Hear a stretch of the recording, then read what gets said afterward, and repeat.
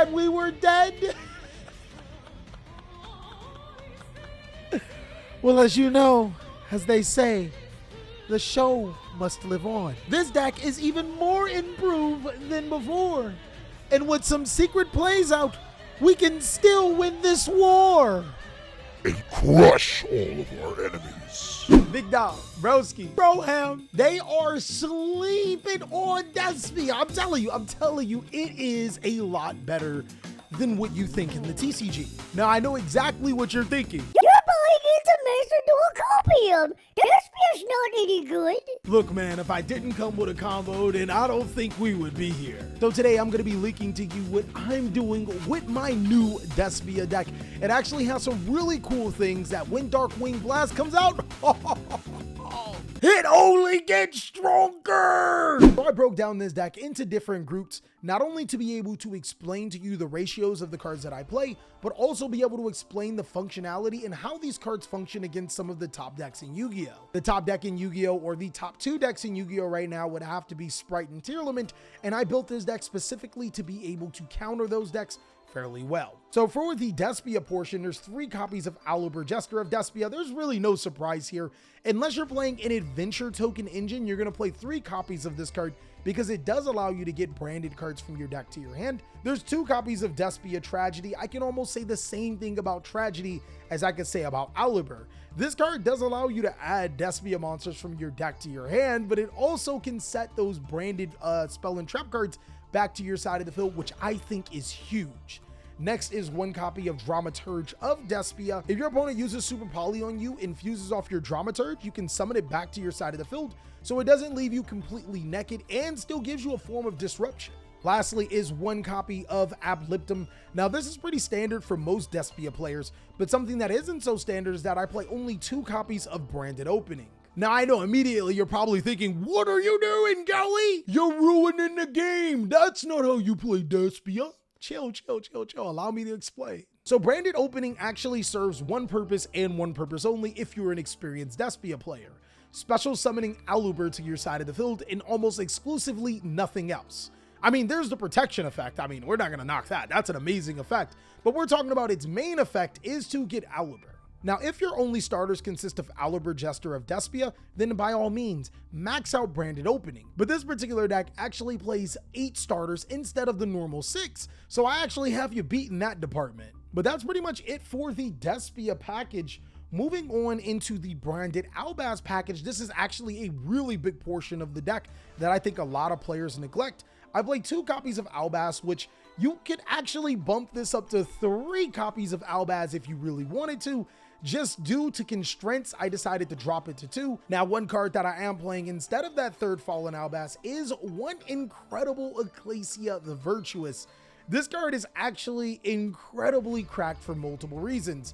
First of all, it's a tuner. Like, do not get that underestimated. A card that I found really effective against Tearlament is Crimson Blader, and this card plus a level 4 monster on your side of the field could synchro into Crimson Blader. I don't play Crimson Blader though. There are actually 2 real reasons why I play Incredible Ecclesia inside of this deck. Incredible Ecclesia not only almost guarantees that you can summon Albaz from your deck to fuse off your opponent's cards, but also guarantees that you have cards to discard as long as you keep fusion summoning inside of a fusion deck. Now, I can almost guarantee that 99.99% of players are playing 3 copies of Branded Fusion. It is the most busted card of the deck, but not 99.9% of players are playing Branded in red at 3 inside of their deck. Now, at its very weakest, the Despia Branded deck can still revert to Mirror Jade with Branded in red, and playing 3 copies actually maximizes the chances of me drawing a Branded in red instead of being forced to use Mirror Jade's effect to be able to potentially search a Branded in red. There's also 1 copy of Despia Theater of the Brand. As you can see, I'm really coming prepared in case my opponent does negate my Branded Fusion, but I also have a card that's extremely good against the tier limit matchup, and that's Branded Banishment. Branded Banishment is so amazing against the tier limit matchup because you get the banished monsters on their side of the field, preventing them from using effects like Kid Kalos, and also if you're special summoning monsters like Despia and Tragedy, well, not only do you get to make a Drago Stapelia to your side of the field, you're also going to get a free search. Lastly, for the Branded lineup is Branded Expulsion, the new card out of Power of the Elements.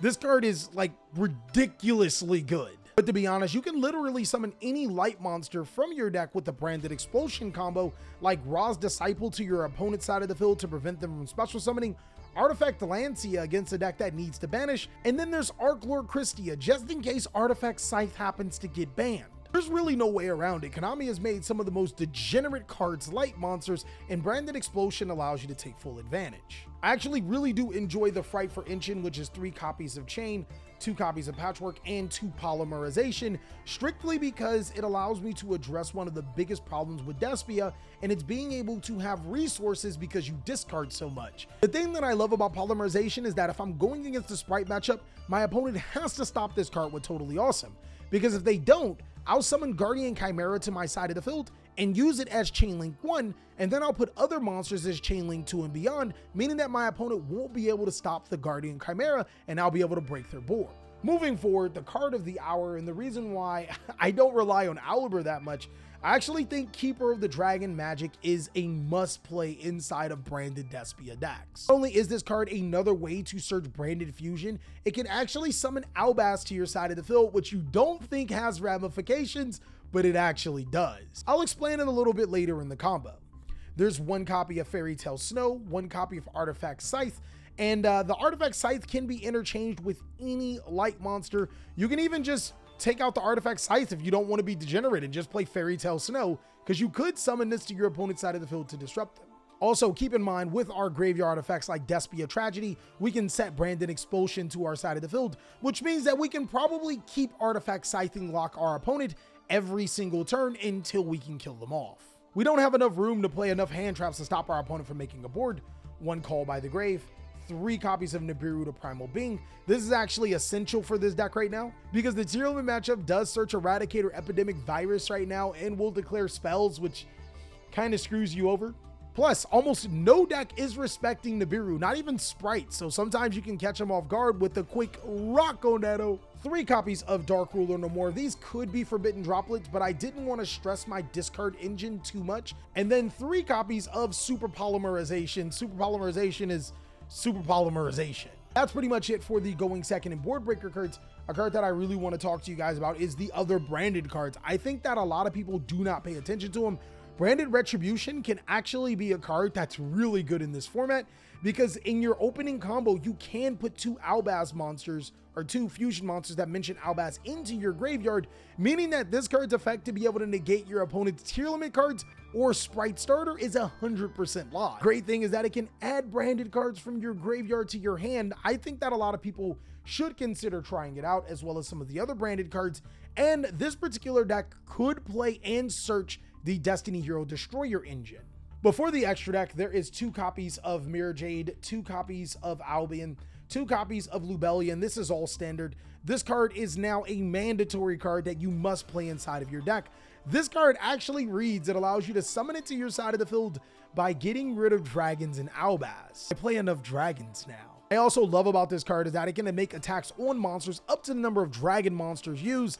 That actually does come up for clearing boards. There's 1 Masquerade here, 1 Despian Queritus, 2 copies of Guardian Chimera. You could drop 1 copy of Guardian Chimera for an Albulinatus if you wanted to. 2 Dragostapelia. I think that this is 100% mandatory. 1 Garua and 1 Muddy Mud Dragon. But now that I've shown you the profile, let me show you the combo because it's gonna blow your mind. So there is so many ways to be able to do this combo. And before we get into it, I'm just gonna say it's not my idea. I actually found this combo in the Despia group and then just kind of branched out some other different play lines for this particular combo. But it does require 1 Keeper of the Dragon Magic and any monster or any card in your hand to discard for Keeper. The best card is probably Owlbear. 2nd and 3rd place would probably be Ecclesia and your Fallen Albaz. So take with that information you will. I'm going to start off by normal summoning the Keeper and then discarding Owlbear. It could actually be any Despia card, but Owlbear is the best. We'll add Branded Fusion from our decks to our hand, and then I'll activate Branded Fusion, and instead of fusion summoning into Lubellion, we'll actually send Artifact Scythe and a Fallen Albaz from our decks to the graveyard to be able to fusion summon into Albion. Now, if you guys do not have a way to use Albion's effect without banishing Fallen Albaz, then you don't use his effect. But since I discarded a Despia monster, Woodkeeper, I can actually fuse these two monsters on the field to be able to make a monster like Despia and Queritus, which is kind of cracked. Also, because Albaz is in my graveyard, I can use Keeper of the Dragon Magic to be able to summon said Albaz to my side of the field. And the crazy thing, I have to reveal the Albulinatus. And the crazy thing about Albulinatus is that monsters don't have to be face up in order to special summon it. So we will use the Albion and the Albaz. You can also use the Keeper, which sometimes is a good idea if you didn't have a Despia monster to fuse, to summon the Alba to your side of the field. And then on your end phase, your Albion will trigger to be able to set your Branded Explosion. What exactly does this do? Well, my Artifact Scythe is banished instead of the graveyard, so my opponent can't DD Crow that. Their only way to be able to potentially out this is Forbidden Chalice, which if you look at a lot of the topping decks, they don't play Forbidden Chalice over Dark Ruler no more. But even if they did, they have to have the out. They have to open it. So we'll use Branded Explosion to tribute off the Albulinatus, meaning that we can special summon both of our monsters to our side of the field. Artifact Scythe will be Chainlink 1. Aluber will be Chainlink 2. We'll use Aluber's effect to be able to add a Despia, Theater of the Branded, or Branded in Red from our decks to our hand, or even our other trap card in Branded Banishment, add one of these three. I'm going to go ahead and choose Branded in Red. And then with the effect of our Artifact Scythe, our opponent cannot special summon from the extra deck. As you know, against some of the top Yu-Gi-Oh strategies in the entire card game, that is absolute death to them, as they won't be able to continue off for their turn. Also, during the end phase, I'll be able to activate Albulinatus to be able to add Branded Fusion from my deck to my hand. So I exchange 2 cards from my hand to prevent my opponent from special summoning from the extra deck a pretty beefy fusion monster and 2 cards in my hand at the end of the day. So I think that's a pretty fair trade for a good combo. Another crazy thing about this is that we can reset the same board. We can reset Branded Explosion back to our side of the field, which is ridiculous. If we got Despia, Theater of the Branded instead of the Branded in Red, and let me go ahead and just add a random card from my to my hand to be able to facilitate this for draw phase, I can go ahead and activate my Despia, Theater of the Branded. I will fuse my Artifact Scythe and my Aluber Jester of Despia. We'll fuse this into the other monster. This time around, it's going to be Masquerade. And then we can activate Branded Fusion, which will send from our deck to the graveyard. Where is that card? Our Tragedy and our Fallen Albaz to be able to fusion summon into Lubellion. Now, this time around, I would strongly advise against activating the Despia Tragedy, strictly because we're going to be using its other effect. We're going to then activate the effect of Lubellion to send Incredible Ecclesia the Virtuous to the graveyard, and that will be able to fusion summon with Albaz. And the Albion will fusion summon into our Mirror Jade here. And to be honest with you, this is enough for game here. 3,000 plus 25 plus 25 plus 18. That's enough. But if for some reason it wasn't, because I didn't use my Despia Tragedies effect, I can banish it to be able to set Branded Expulsion back to my side of the field, meaning that I can use Expulsion on Lubellion this time around to be able to summon the Aluber and also an Artifact Scythe again, essentially Scythe locking my opponent, and Incredible Ecclesia will come back to my hand during the end phase of that turn. So that is what I have for my Despia deck. I really hope you enjoyed it. It really does bring a different perspective and hopefully get you into considering playing Despia a little bit, maybe testing it out. Maybe you could even take it further. Of course, if you like the dope content, I just so happen to have so much more. I even have a live duel that used an older version of the Despia deck using just one tier limit card for some crazy combos. I hope you're having an amazing day, and hey, click on that next video.